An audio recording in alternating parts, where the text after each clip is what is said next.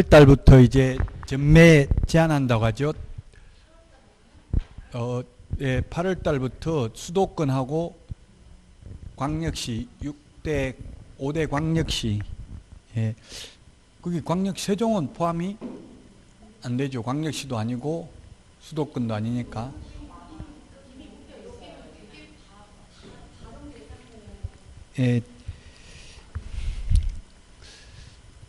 그리고 그 뉴스에 보니까 유명한 유튜버 그 양팡이라는 분이 있더라고. 23살 되셨는데 이분이 뭐 돈을 많이 버는지 구독자 250만 명이라더라고요. 그럼 아마 많이 벌 수도 있어요.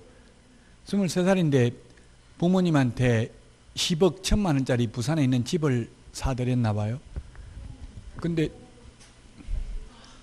유튜브 활동 열심히 하세요. 그냥 이런 거 구독자를 많이 하려면 그냥 요즘 관찰 프로그램이 많잖아요. 텔레비전 나오는 것도 가장 유튜브, 세계적으로 가장 유튜브 지금 구독자 많은 게 중국의 고산지대에 할머니하고 손자하고 살면서 아침에 일어나가지고 그냥 일상생활 찍어서 올린 그게 가장 구독자 많대요. 그 부동산 전문 지식 이런 건 올리면 한계가 있죠. 보는 사람. 일상생활 누구든지 다 볼 수 있는 거 이런 걸 올리면 일기 쓰듯이 그냥 일상생활을 찍어서 올리면 그런 게 구독자를 늘릴 수 있는 방법이에요. 그 이분이 문제는 집을 10억 1천만 원짜리 사면서 아버지 엄마 다 가서 같이 가가지고 집을 구경 다 했나 봐요. 그리고 이분은 미용실에 가서 머리하러 가고 아버지는 또 뭐 다른 볼일 보러 가고 어머니하고 그 매도인하고 같이 그 다음에 개업공개사하고 3명 같이 밥 먹고 대리인으로서 엄마가 계약서를 써버렸나 봐요. 근데 계약금은 집에 가가지고 그 OPT 카드가 없어서 입금 못 시키고 집에 가서 입금시키기로 했는데 입금을 안 시켰어요. 계약금 한 푼도. 그럼 그 계약이 무효냐고요? 아니면 그래도 무효? 계약 깨려면 위약금을 물어야 되는지 여부. 네, 계약서 썼어요. 계약서는. 유효? 효력 있다? 그래서 계약서 안 써도 똑같아요. 똑같은데 시험에 나오면 똑같아요. 그러나 계약서를 안 쓰면 입증하기가 쉽지 않잖아요. 소송하면서 나 그런 말 한 적 없다 이러면 골치 아픈 거고 그 이제 입증만 하면 똑같긴 한데 어쨌든 계약금을 당연히 10%라고 지급 그러면 1억 100만 원 주기로 했겠죠. 그랬는데 한 달 동안 모르고 지금 딴 집을 사버렸더라고요. 그 개업공개사를 통해서 소개받았는지 아니면 다른 개업공개사를 통해서 소개받았는지 아마 인터넷 집어서 양팡 그분이 자기 해명글을 그 올려놓은 거에 보면 그렇다고요. 근데 이제 매도인이 한 달 후에 소송을 한 거예요. 그 계약금 달라고 청구가 들어온 거예요. 그러니까 뭔 소리야. 난 지금 개업공개사가 계약금 안 걸면 그냥 당연히 계약 무효된다 이렇게 설명 들었는데 이렇게 이야기 주장한 거예요. 그 또 이제 매수인도 변호사를 선임해가지고 협의에 묶은대리다. 엄마가 대리권 없이 계약했다. 이렇게 주장하고 있고요. 매도인 측에서는 표현대리다. 엄마하고 다 집 구경하고 미용실 간다고 엄마 알아서 하라고 해서 엄마가 한 것이다.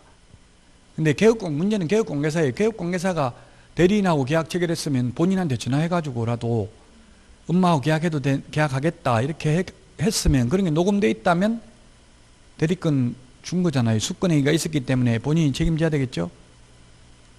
그래서 지금 아마 소송에 계류 이제 소송을 할 것 같아요. 이거 하면은 제 생각에는 1억 100만 원이면 이 중에서 한 6, 7천만 원 정도는 위약금을 물어야 될 가능성이 있어요.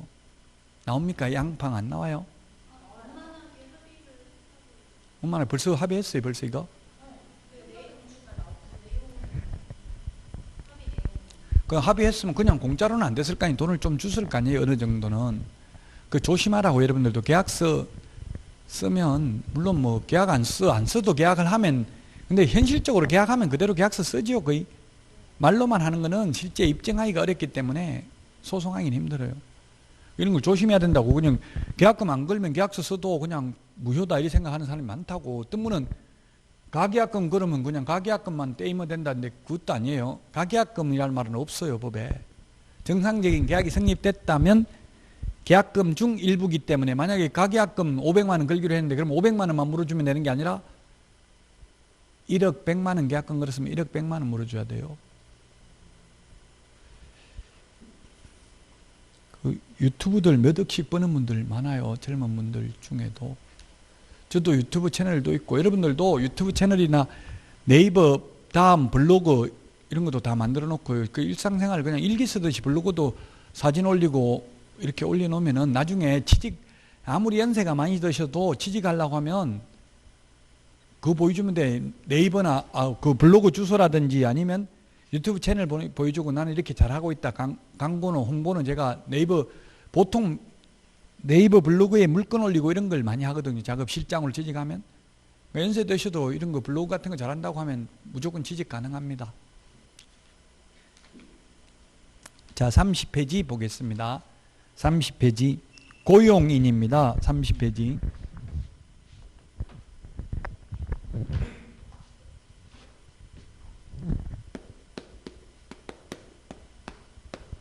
고용인.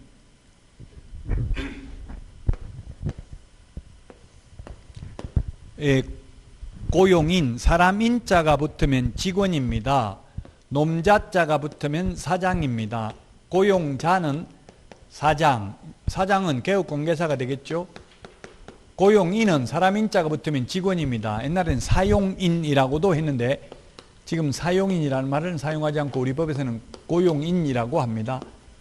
고용인에는 두 가지가 있다. 자격증을 취득해서 취직하면 소속공인중개사, 자격증 없이 취직하면 중개보조원. 어떤 분이 인터넷에 이런 질문을 하던데 자격증 있어도 없다고 속이고 취직하면 안 됩니까? 묻던데 시험에 나오면 돼요? 안 돼요? 시험에 나오면 안 된다고 그래야 돼. 그 속인다 이런 거는 안 좋은 거죠. 그래서 원칙적으로는 안 됩니다. 고용신고하면 다 들통나요. 자격증 있는지 없는지 다 뜬다고 전산에. 그래서 고용신고 안 하고 사실 몰래 근무하면 모를 수도 있겠죠. 예를 들면 교도소 갔다 온 지 얼마 안 됐는데 고용신고 하지 말라고 하고 사장이 그걸 인정해주고 근무할 수도 있겠죠. 몰래. 근데 시험에는 몰래 하는 거 이런 거는 출제되지 않거든요. 정상적으로 한다는 전제하에서 시험 문제를 출제합니다. 자, 고용인이 누군지를 봤으니까 우리 교재 30페이지. 고용관계 종료 신고입니다. 양가로 1번에 동그라미 1번. 고용신고는 두 번째 줄에 업무 개시 전에 밑줄 지났네요. 업무 개시 전에 신고를 해야 됩니다. 고용신고는 업무 개시 전에 신고를 해야 된다. 동그라미 2번. 고용관계 종료 신고는 사후 10일 이내입니다. 사후 10일 이내. 처음에 이게 도입할 때에는 고용신고도 업무 개시 전이 아니라 사후 10일 이내였습니다. 그런데 단속을 하러 나가가지고 왜 소속공개사님 신고 안 하고 근무합니까? 물으니까 전부 다 출근한 지 일주일밖에 아직 안 됐는데요. 조금 이따 해도 되잖아요. 이런 식으로 하니까 처벌할 수가 없죠. 그래서 지금은 업무 개시 전에입니다. 업무 개시 전에 고용신고 안 하면 고용인, 즉 직원이 처벌받아요? 사장이 처벌받아요? 예, 사장이 개업공개사입니다. 개업공개사가 처벌받습니다. 10일이라는 말은 우리 프린터 40번에 동그라미 2번 찾아가지고 밑줄 치시면 되겠습니다. 3번. 고용신고를 받은 등록관청은 공인중개사 자격증을 발급한 시도지사에게 그 소속 공인중개사의 공인중개사 자격 확인을 요청해야 된다. 그래서 프린트 51번에 동그라미 3번에 보면 자격증 사본을 제출하지 않습니다. 고용신고할 때에도 직접 확인을 합니다. 자, 그 다음에 동그라미 4번. 고용인의 종류는 소속공인중개사 중개보조원이 있고 직원을 10명 둬도 되고 1명도 안 둬도 된다. 자유롭게 고용하거나 해고해도 됩니다.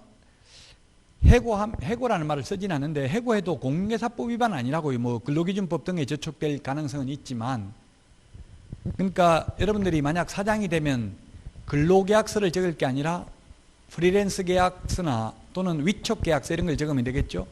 이러이러한 걸 위반하면 해촉하기로 한다 이렇게 적으면 돼요. 특이하게. 뭐 예를 들면 사장 몰래 물건을 빼돌려 가지고 중개보수를 혼자 받아 가로챈다든지 이런 위반사항이 있으면 즉시 해고할 수 있다. 해고란 말 쓸 필요 없죠. 회촉할 수 있다. 이렇게 적으면 되겠죠. 그 고용계약서 적는 걸 사장들이 오히려 싫어하던데 사장님들이 몰라서 그래. 그런 걸 적어놔야 오히려 명확하게 월급 날짜는 언제 주기, 며칠 날 물로 현금으로 지급하기로 한다. 이런 걸 명확하게 적어야 오랫동안 서로 상생할 수 있는 거예요. 지금은 주묵구구식으로 뭐 월급 얼마 언제 준다 이런 말도 명확하게 하지도 않는 경우도 많고요. 대략 5대5 50% 준다 해놓고는 뭐에 50%인지 기준도 없어요.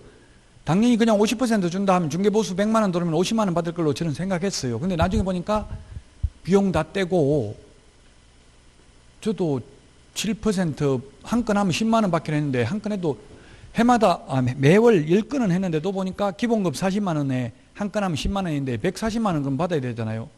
한 번도 100만 원 넘게 못 받아봤어요. 6개월 근무하면서. 그러다가 스카우트 돼가지고 6개월 후에 135만 원 받고 잘렸어요. 월급 너무 많이 받았다고. 하는 일도 없이 월급 너무 많다. 그만두라 하더라고요. 그건 그냥 7% 받기로 했는데 7%인데도 비용 다 빼버리고 뭐 전화요금 뭐 밥값 이런 거 다 빼버리고 보수받은 것에서 비용 전부 다 빼고 순수하게 남는 돈에서 주더라고요. 그렇게 하려면 계약서에 순이익의 7% 이렇게 적어야 되고요. 순이익은 총 매출액에서 뺀 금액을 순이익이란다. 이렇게 용어 정의를 해야 돼요. 조작적 정의라고 하는데 그렇게 안 하니까 우리나라 지금 직원들이 오래 근무를 못해요. 한두 달 근무하다 그만둬 버린다고요. 또 다른 데 간다고 자꾸 더 많이 준다고 하는데.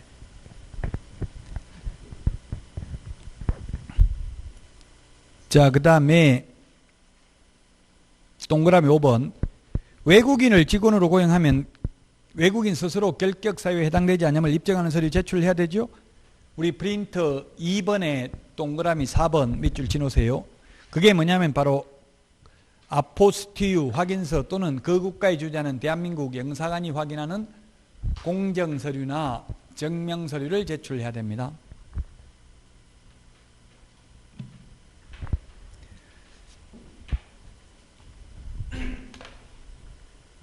그 다음에 동그라미 6번. 고용신고를 받은 등록관청은 결격사유 해당 여부와 실무교육이나 직무교육 수료 여부를 확인하여야 한다.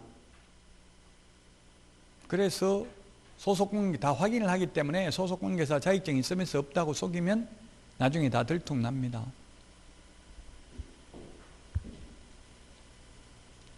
양가로 2번. 고용인의 업무상 행위와 책임입니다.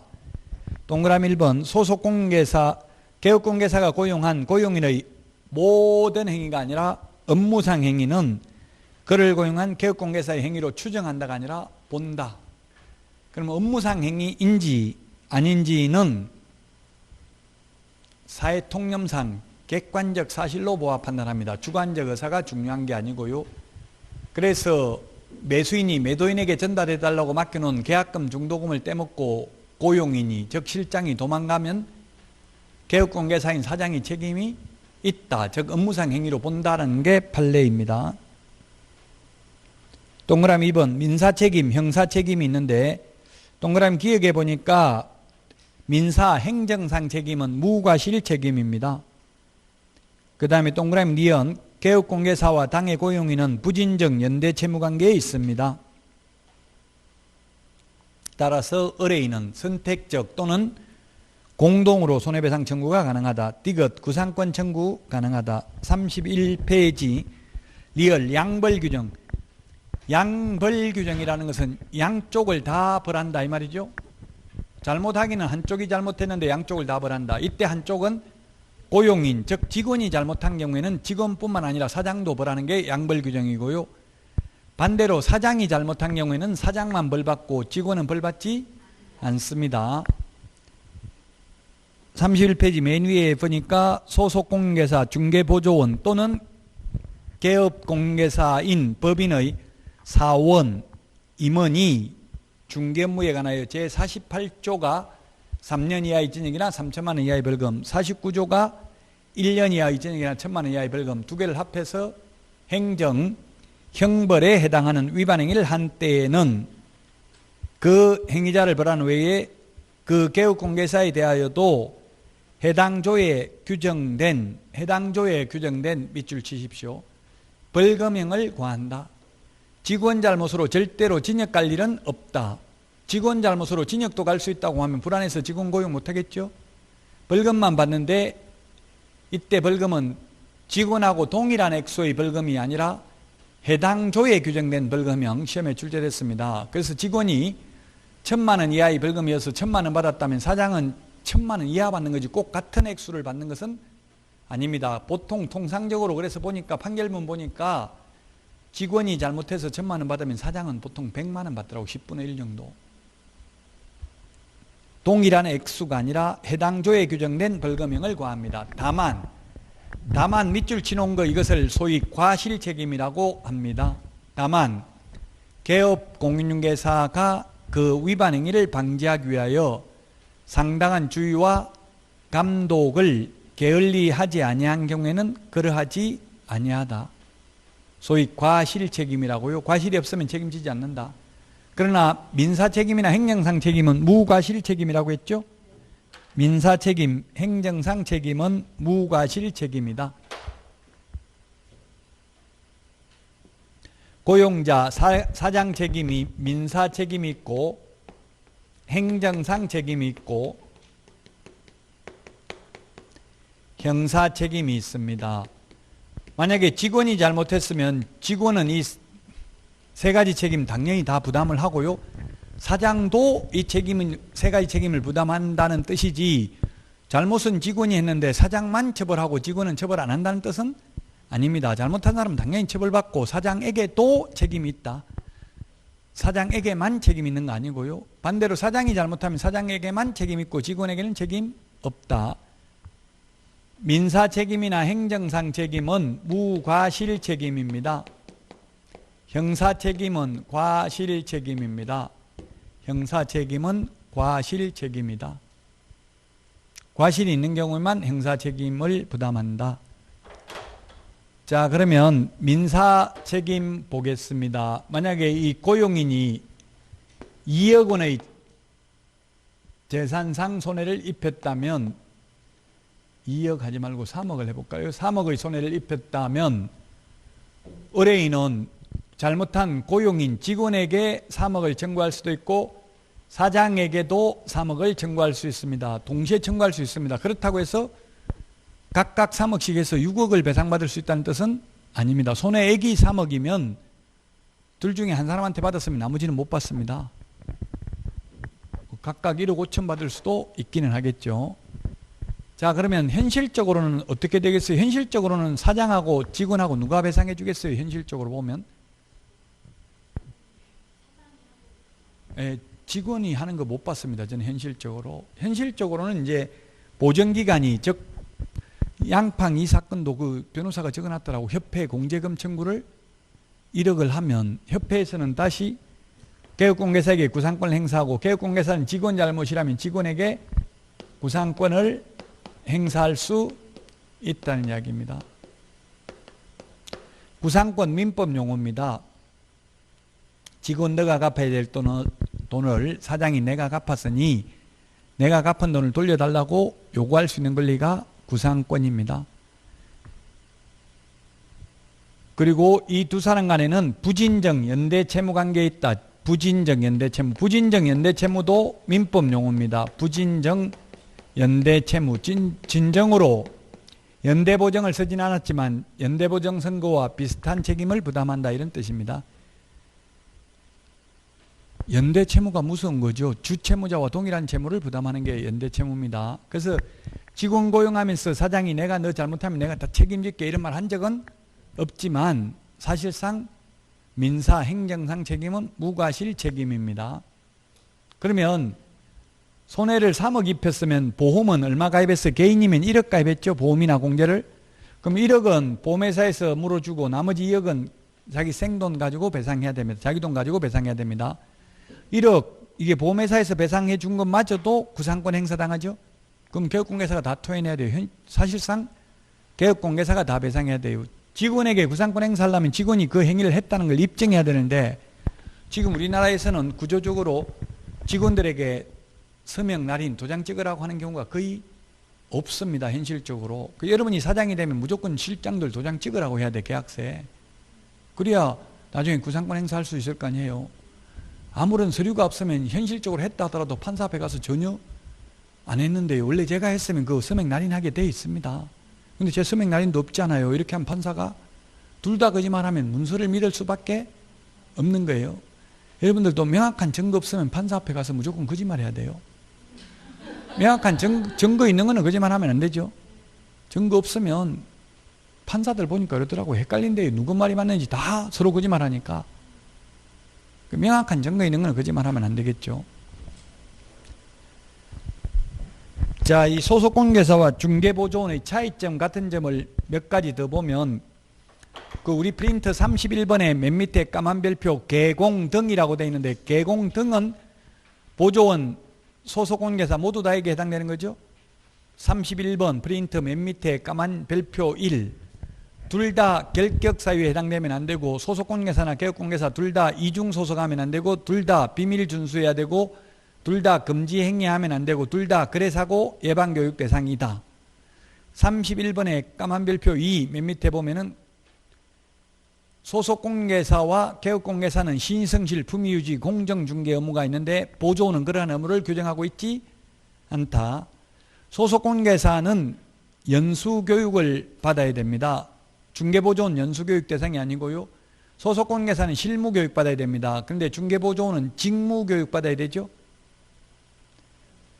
그 다음에 소속공개사는 당의 의무를 수행했으면 반드시 서명 및 날인을 하여야 한다고요. 근데 서명 및 날인을 보조원은 할 의무는 없습니다.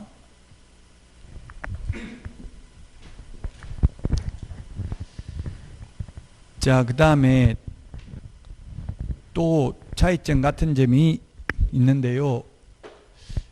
소속공인중개사는 행정처분 대상입니다. 자격정지라는 행정처분 대상인데 중개보조원은 행정처분 대상이 아닙니다. 소속공인중개사나 중개보조원이나 둘 다 행정형벌 대상에 해당되는 점은 똑같습니다. 그 다음에 소속공인중개사는 부동산 거래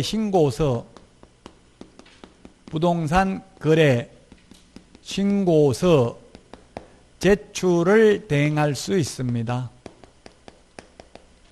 중개보조원은 부동산거래 신고서 제출을 대행할 수 없습니다. 소속공인중개사는 인장 등록을 해야 됩니다. 서명 및 날인을 해야 되니까. 중개보조원은 인장 등록을 할 의무가 없다.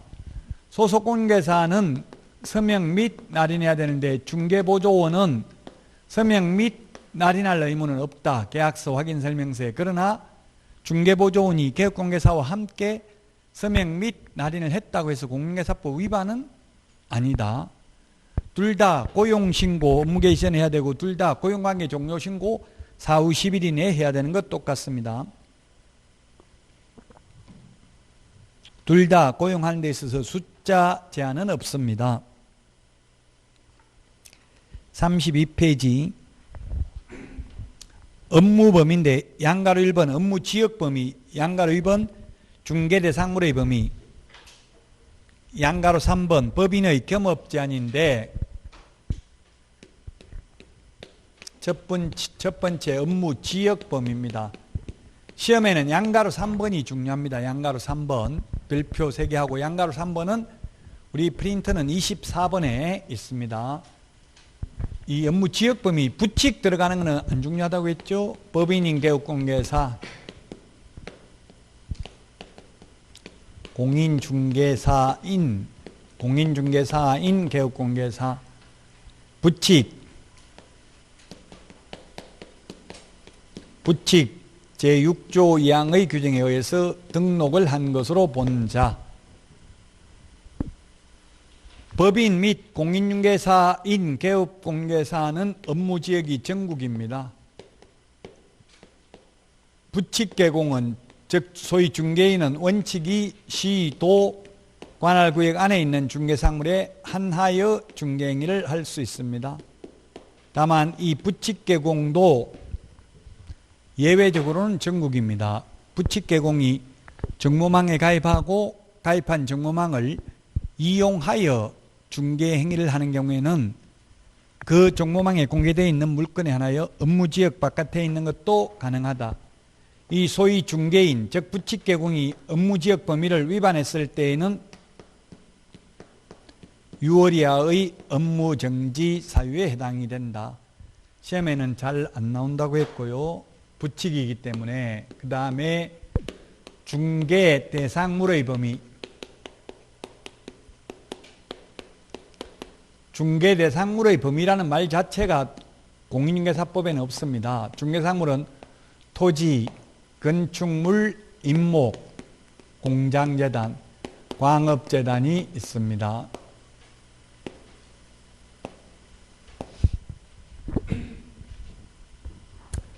시험에 과거에 부칙개공은 토지, 건축물, 그 밖의 토지의 정착물에 한하여 중개행위할 수 있다. X입니다. 즉 중개대상물의 범위는 개업공개사의 종별에 따른 차이가 없다고요. 그래서 중개인도, 즉 부칙개공도 임목, 공장재단, 광업재단에 대해서도 중개행위를 할 수 있다는 이야기입니다.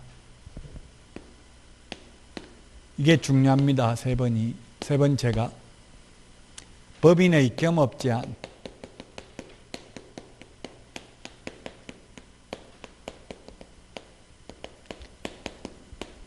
중개법인의 겸업제한이 중요합니다.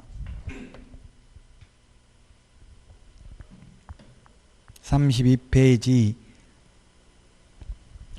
이렇게 법인에게만 겸업을 제한하는 취지는 외국 대형 법인이 우리나라 진출해서 영세한 개인개업공개사와 무한 자유경쟁을 하면 우리나라 개인개업공개사가 살아남을 수가 없기 때문에 골목상권을 보호하기 위해서 외국 법인은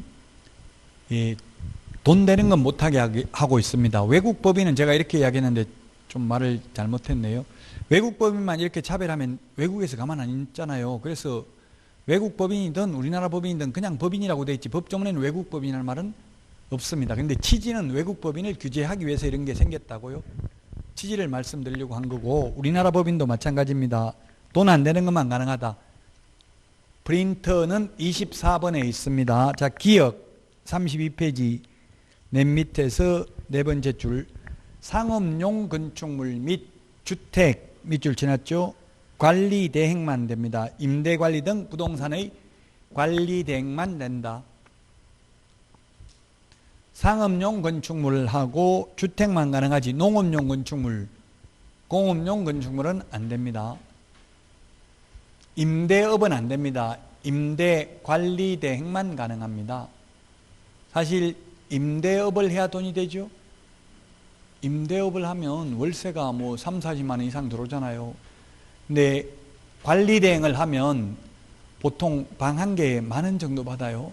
다가구 19가구 이 정도 관리 대행하면 20만 원 정도 받아요. 현실적으로.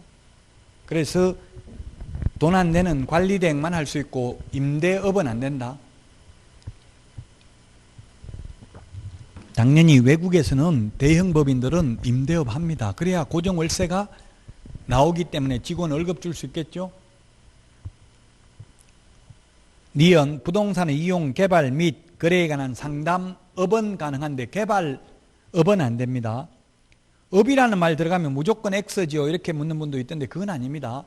상담업은 상담을 계속 반복하면 상담업이죠. 상담업은 해도 되는데 개발업은 안 됩니다. 개발업을 해야 돈 되잖아요. 개발이라는 건 부가가치를 높이는 게 개발업이죠. 땅 사가지고 집 지어가지고 다가구 지어가지고 월세 받으면 돈 됩니다. 이렇게 알려만 줘야지 직접 개발업은 안 된다고요. 개발하는 것은. 디귿 개업 공인중개사를 대상으로 밑줄 지났는데 시험에 공인중개사를 대상으로 일반인을 대상으로 X로 출제되었습니다. 개업 공인중개사를 대상으로 한 중개업의 경영기법 및 경영정보의 제공 가능합니다. 개업 공인중개사를 대상으로 가능한데 공인중개사를 대상으로 일반인을 대상으로 X 출제됐습니다. 프랜차이즈 가맹점업이죠. 파리바게뜨, 뚜레쥬르, 뭐 스타벅스 이런 것처럼 가맹점업입니다. 물론 스타벅스는 직영점이죠. 이 스타벅스 여기는 그 보면 계산하는 거 돈 내고 계산하는 사람 많이 있어요, 없어요? 스타벅스에 가보면. 그럼 뭘로 해요? 카드로?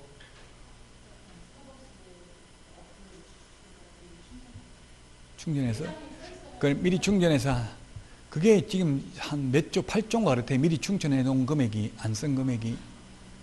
그러니까 엄청난 거죠. 그 보면 보통 그냥 뭐 어플만 갖다 대고 다 찍찍찍 바코드만 긋고 있어요. 그리고 또 이번에 저도 삼성카드에 긴급 재난지원금을 받았는데 옛날에 경기도에서는 제가 롯데카드에 받았었는데 롯데카드는 주는 게 없는데 삼성카드는 스타벅스 아메리카노 한 잔 공짜로 준다 해서 저도 삼성카드 봐요. 아니요, 스타벅스는 직영점이에요. 스타벅스는 직영점이고 지금 시애틀에 본사가 있어요. 그는 삼성에서 가지고 온 거 아니에요. 세계적으로 지금 스타벅스는 세계적인 체인점이고 세계적으로 없는 나라가 없더라고요. 그 스타벅스 매장은. 근데 스타벅스 그 1호점, 시애틀 1호점은 가보니까 완전히 옛날 구시장에 앉아서 먹을 수도 없어요. 우리나라처럼. 그냥 줄 서가지고 테이크아웃 사가지고만 나가더라고요. 전부 외국 관광객들이 텀블러 살라고 줄 서가지고 있어요. 스타벅스. 왜냐면 스타벅스 1호점에서는 그 우리 스타벅스 이게 보면은 그림 있잖아요. 이게 무슨 여신이에요? 이게 사이렌 여신. 이게 남자 홀려가지고 바다에 빠져 죽게 만드는 여신인데 사이렌 여신. 그 이걸 한 상징 심볼로 한 이유가 뭐예요? 전부 세계 나라 사람들 전부 다 스타벅스 커피에 중독돼서 못 태어나오게 하려고 이런 심벌이 있고요. 그래서 굉장히 독해요. 스타벅스 커피가. 아메리카노 이런 거 좀 독하죠. 다른 데 비해서.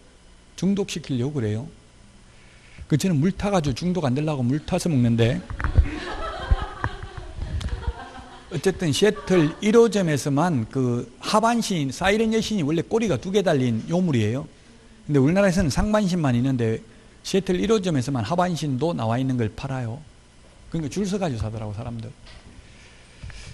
자, 어쨌든 그 스타벅스는 그런 거 하고 또 이런 거 각 카드사나 막 이런 데서 선물로 주는 게 엄청나게 많잖아요. 그러니까 계산은 안 하는 것 같은데도 돈 현금은 안 내는 것 같아도 돈이 엄청나게 많이 쌓여 있다고. 카드사에서 미리 이런 걸 다 주면은 카드사에는 돈 주고 다 샀잖아요. 근데 실제로는 안 먹으러 오는 사람도 많겠지. 모르고 잊어먹고.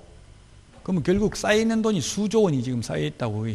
현금이 미리 다 돈은 충전을 해놨는데도.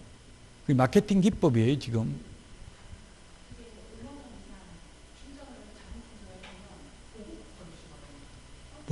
무슨 쿠폰?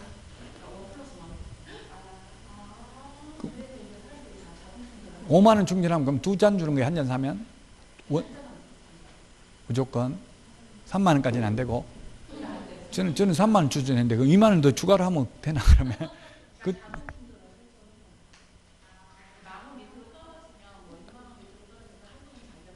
네.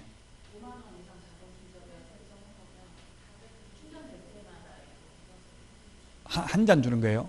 계속 사 먹을 때마다 원 플러스 원이라고.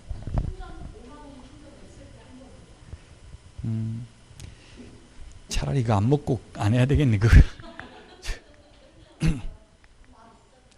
아니 저는 선물로 받아가지고 카카오톡 이런 걸로 선물 많이 주더라고요. 여기서 준 사람 아무도 없었는데 다른 학원에서는 많이 주는 사람이 있어요. 예? 알려드릴게요. 준다면 제가 알려드릴 수도 있어요.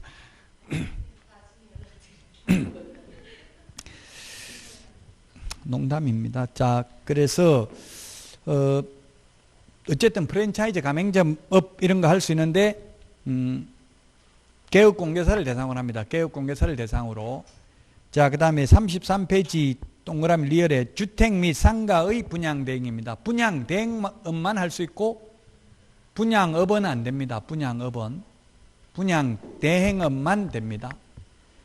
분양업을 해야 돈 되는 거죠. 직접 분양하면 돈 되는데 대행업이라는 건 남이 지어놓은 거 대신 분양만 할 수 있다고 그러면 소위 MGM이라고 그래요. 멤버스, 갭 멤버스에서 MGM 300만 원 정도밖에 못 받아요. 남이 지어놓은 거 분양 대행하면 돈 안 되는 거라고요. 분양업은 안 되고 분양 대행업만 된다. 그리고 주택 및 상가 분양 대행업만 되고 토지, 택지 분양 대행업 안 됩니다. 미음에 그 밖에 중개업에 부서되는 업무로서 중개의뢰인의 의뢰에 따른 도배, 이사업체 소개 등 주거 이전에 부서되는 용역의 알선, 용역의 알선업만 되고 용역업은 안 됩니다. 오늘 지하철 집에서 나와가지고 지하철 타고 오다 보니까 지하철에 보니까 용역실 이렇게 돼 있더라고요. 그러면 이게 뭐냐면 청소하는 분들, 여자분들 여기 쉬는 곳인 것 같더라고요. 쉼터 같더라고요. 용역실. 용역이라는 게 뭐예요? 노무를 제공하는 거 용역, 서비스를 제공하는 걸 용역이라고 하죠. 그래서 즉 서비스 제공하는 게 용역 알선, 즉 이삿짐 센터 이런 게 서비스 제공하는 거잖아요. 도배업체 이런 데 도배업체 이삿짐 센터 이런 거는 돈 받는 게 주로 뭐예요? 노무의 대가잖아요. 대부분이 원가보다는 그 도배하는데 그 도배 장판 원가보다는 공사비, 시공비가 거의 대부분이잖아요. 이삿짐 센터도 마찬가지죠. 사람 와서 한 명당 뭐 얼마 10몇만 원 이런 식으로 주잖아요. 어쨌든 그런 용역업은 안 되고 용역 알선업만 된다고. 직접 도배 이사업체 운영하는 건 안 되고 도배 이사업체 소개하는 것만 됩니다. 자, 그 다음에 비업입니다. 경매 또는 공매 대상 부동산에 대한 권리 분석 및 취득의 알선과 매수 신청 또는 입찰 신청 대리 가능합니다. 근데 요거는 소위 부칙 개공, 중개인은 경공매 매수 신청 대리 권리 분석도 못합니다. 왜냐하면 권리 분석 이런 거 하려면 좀 전문 지식이 있어야 되잖아요. 근데 부칙 개공은 자격증이 없죠. 자격증 없으니까 공부 안 했으니까 못한다는 이야기입니다. 그 박스 밑에 동그라미 2번에 나와 있네요. 부칙 개공은 이 권리 분석이나 경공매 매수 신청 대리 못한다. 동그라미 3번, 이런 겸업을 하고 받는 보수는 중개 보수가 아니니까 많이 받아도 된다.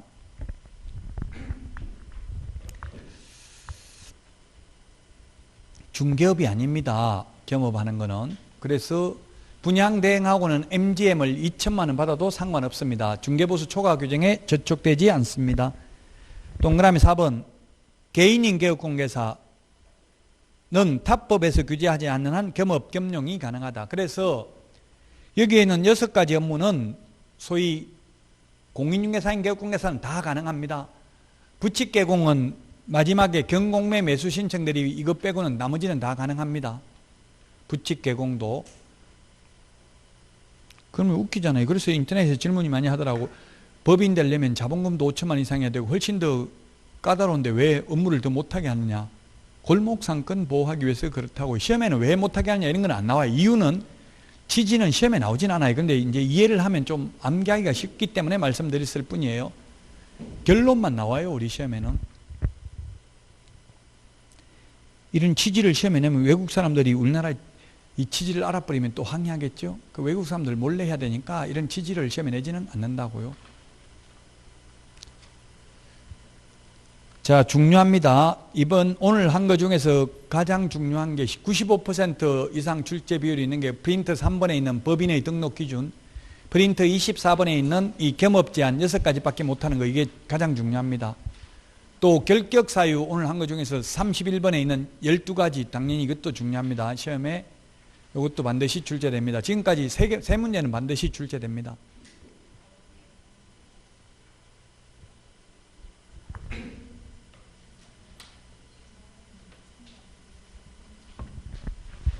(3번) 법인의 등록 기준, 31번 개업공개사 등의 결격 사유, 그 다음에 24번에 법인의 겸업 제한. 제가 프린트 번호까지 안 보고 지금 암기를 한다는 것은 하도 많이 중요해서 봤기 때문에 기억나는 거예요. 여러분도 번호는 암기할 필요 없어요. 번호는 시험에 안 나와요. 24번에 있는지 23번에 있는지는. 자, 그 다음에 33페이지 사무소 설치입니다. 사무소, 중개사무소. 사무소도 한 문제 시험에 출제됩니다. 개업공개사는 그 1등록 1사무소입니다. 왜냐하면 일신전속적이다. 몸은 하나인데 동시에 여러 군데 근무할 수 없죠. 만약에 사무소를 2개, 3개 차릴 수 있으면 2개, 3개 차렸으면 여러분들은 그 중에 한 개 얻어가지고 하면 되지. 굳이 자격증 딸 필요 없잖아요. 몸은 하나인데 동시에 여러 사무소에서 근무할 수 없기 때문에 사무소 하나밖에 안 된다고요. 등록관청 관할구역 안에 사무소를 두어야 합니다. 서울특별시 종로구에서 등록을 했으면 사무소는 종로구 안에 두어야 됩니다. 중구에 살려면 중구에다 등록해야 됩니다. 등록관청 관할구역 안에 사무소를 두되 한 개만 둘 수 있다. 다만 동그라미 2번 법인인 경우, 법인은 회사입니다. 회사인 경우 예외적으로 분사무소를 둘 수 있다. 분사무소는 일반 회사는 지사, 지점이라고 하는데 우리는 그것을 분사무소라고 부릅니다. 분사무소를 둘 수 있습니다.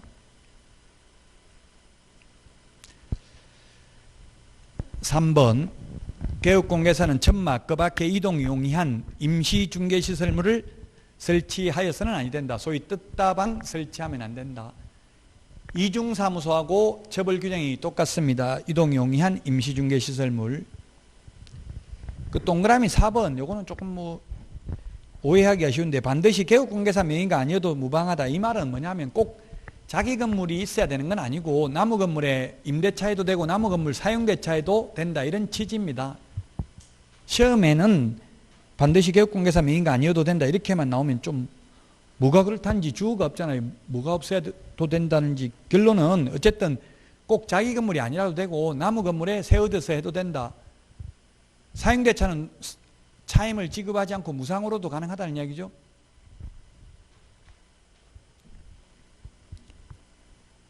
사업을 할 때는 자기 건물이 있으면 자기 건물에서 사업하는 게 좋아요? 나무 건물에 사는 게 좋아요? 나무 건물에 사는 게 좋습니다.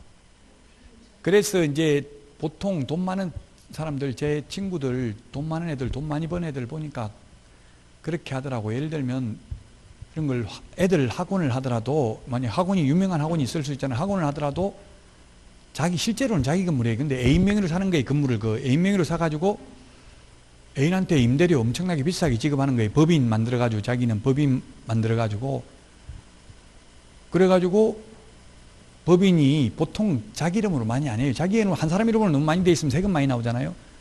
명의신탁 원래는 하면 안 되는데 현실적으로 하는 사람 많잖아요. 그 오히려 월세 비싸게 주고 그러면 비용 그게 다 비용 처리되잖아요. 그러니까 실제로는 자기 건물인데 형식상은 나무 건물인 것처럼 해가지고 많이 하더라고요. 애인 없어요. 믿을 만한 사람? 그 믿을 만한 사람 살면서 한 명 정도는 있는 게 좋아요.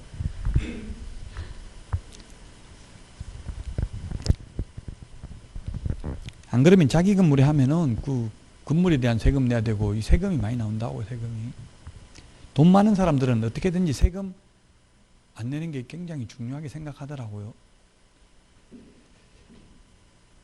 자, 그 다음에 동그라미 5번 중개업에 전용할 의무가 없다. 그 전용 한자를 보면 전적으로 사용할 의무가 없다. 중개사무소에 다른 용도로 써도 된다.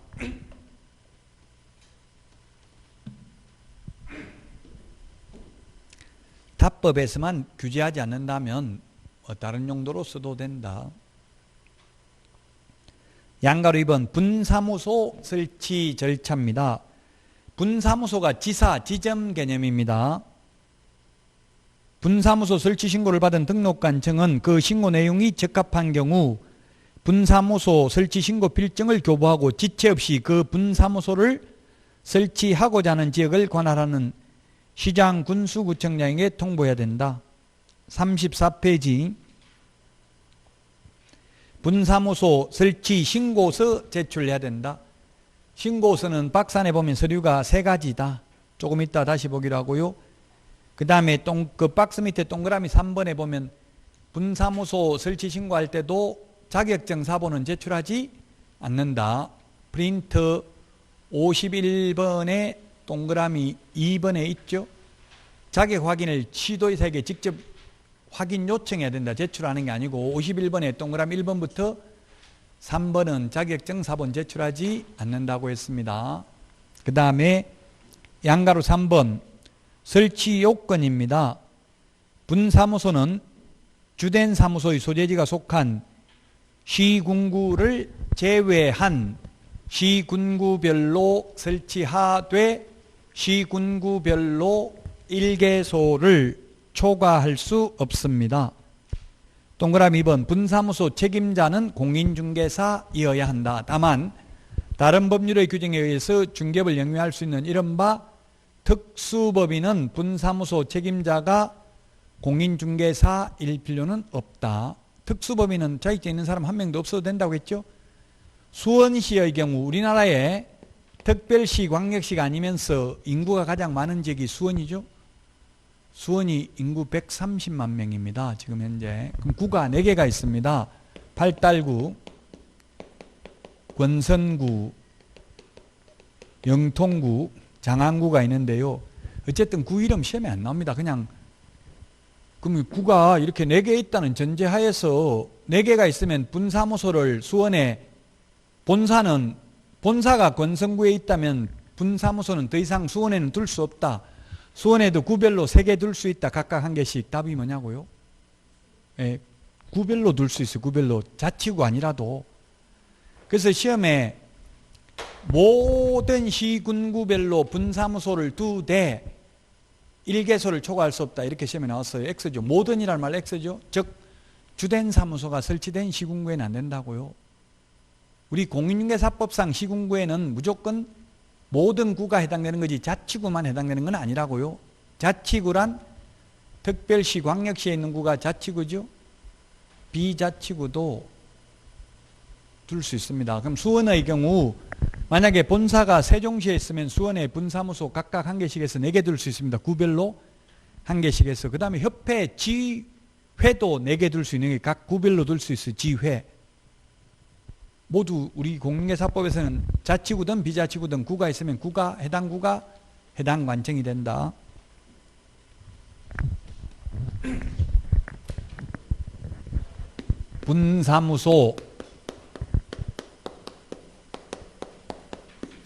분사무소가 지점 개념이라고요. 나눌 분자죠.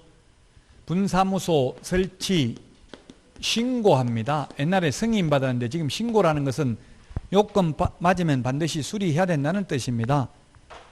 분사무소 설치 신고는 주된 사무소 관할 등록관청에 신고합니다.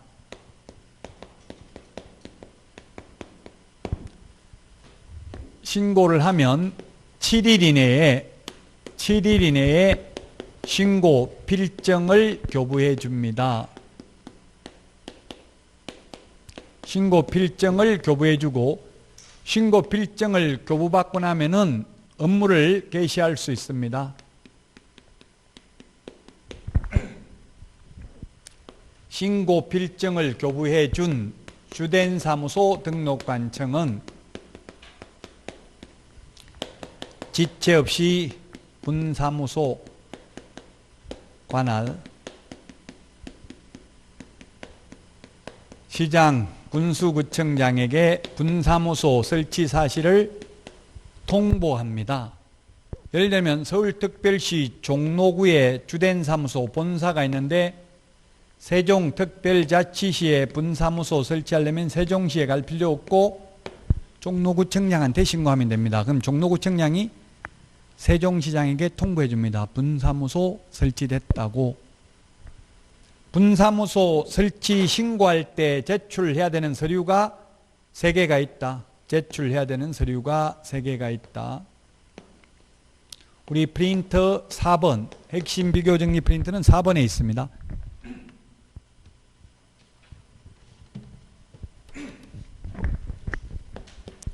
책임자, 분사무소 책임자, 자격증 4번은 제출 안 합니다. 자격증은 제출하지 않고 실무교육,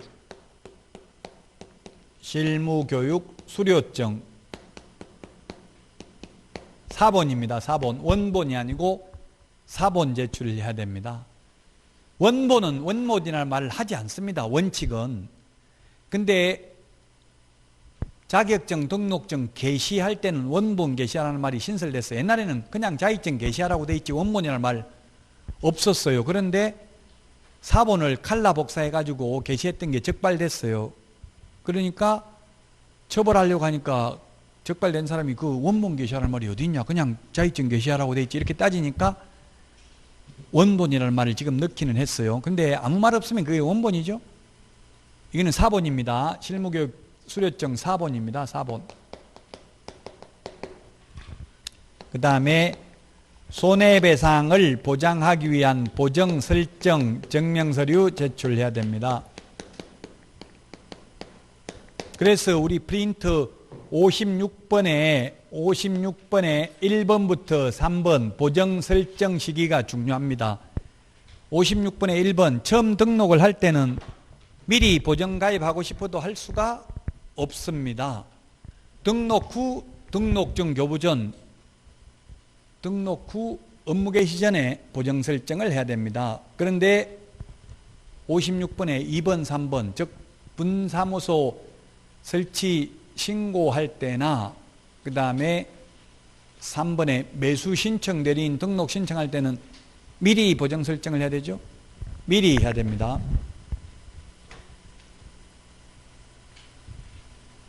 분사무소는 미리 하더라도 무등록 중개업자는 원래 미리 보정 가입 못 하거든요. 근데 분사무소의 경우는 이미 주된 사무소가 등록되어 있기 때문에 무등록 중개업자가 아니니까 미리 가능한 거예요. 그 다음에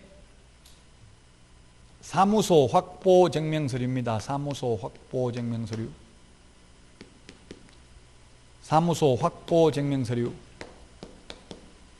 소유권 확보가 아니라 사용권만 확보하면 되죠.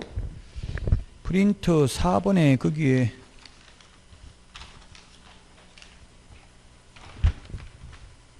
앞대가리 책보사, 책보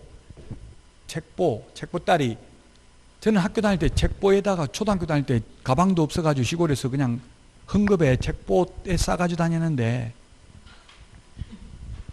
그러면 뛰어다니면 막 필통 소리가 나고 그랬는데 이렇게 목에 이렇게 허리에 그렇게 안 다녔어요, 여러분들은? 저는 시골에서 뭐 전기불도 안 들어오고 수돗물도 안 나오고 완전 심신상골에 저는 지금 문화적 충격이 너무 커요. 제가 어릴 때 지금 세상하고 지금하고 너무 달라요. 우리나라 5,000년 역사 바뀐 거하고 지금 최근에 50년 바뀐 게 더 많이 바뀌었다고요. 저는 그 지금 MBN에 나오는 자연인하고 삶이 비슷했어요.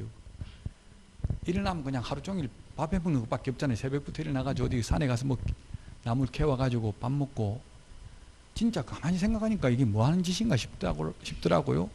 아무것도 없고 그냥 농사 지어가지고 먹고 사는 것밖에 하는 일이 없어요. 제가 초등학교 졸업할 때까지 거의 밖으로 나가본 적이 없어요. 반경 2km 밖으로. 그러다가 제가 어릴 때 여자친구하고 손잡았다가 아버지한테 적발돼가지고 쫓겨나가지고 중학교 때부터 이제 도시로 창피해서 시골에 못 살겠다고 나가라더라는. 옛날엔 손잡으면 무조건 결혼해야 됐어요. 옛날에는.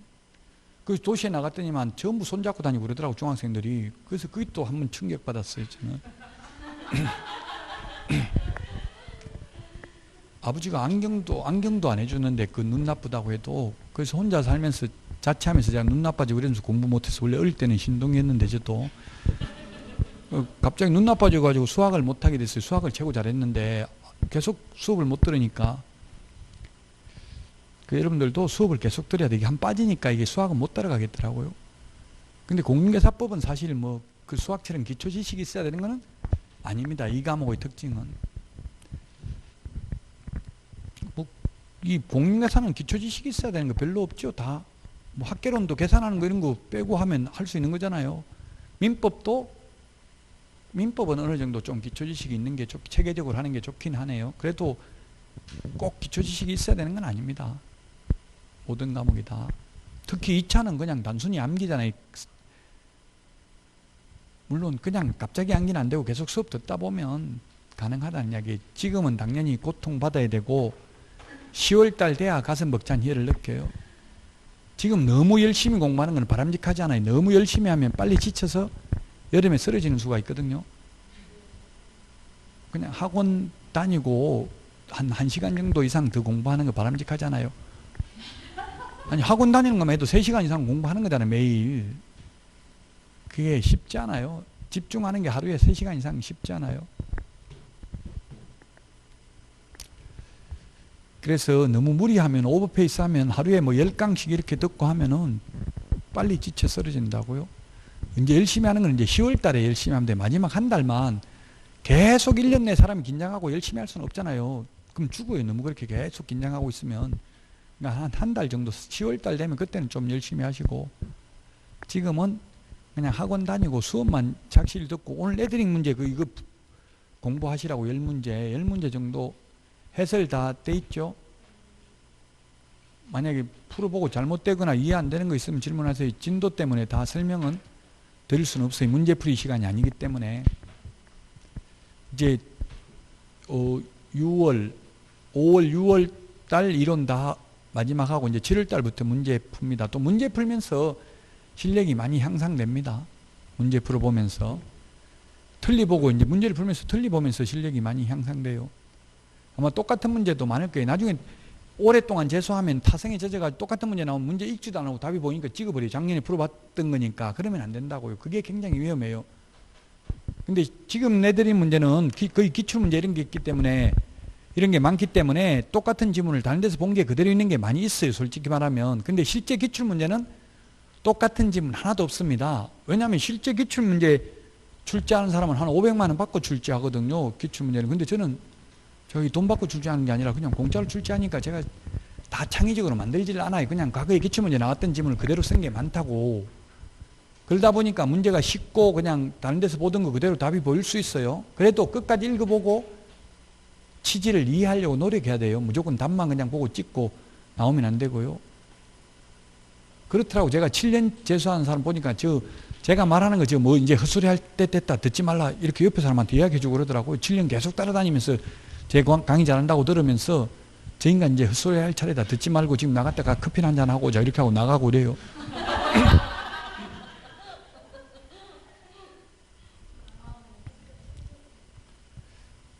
10년, 제 친구는 10년 만에 합격했어요. 제 여자친구는.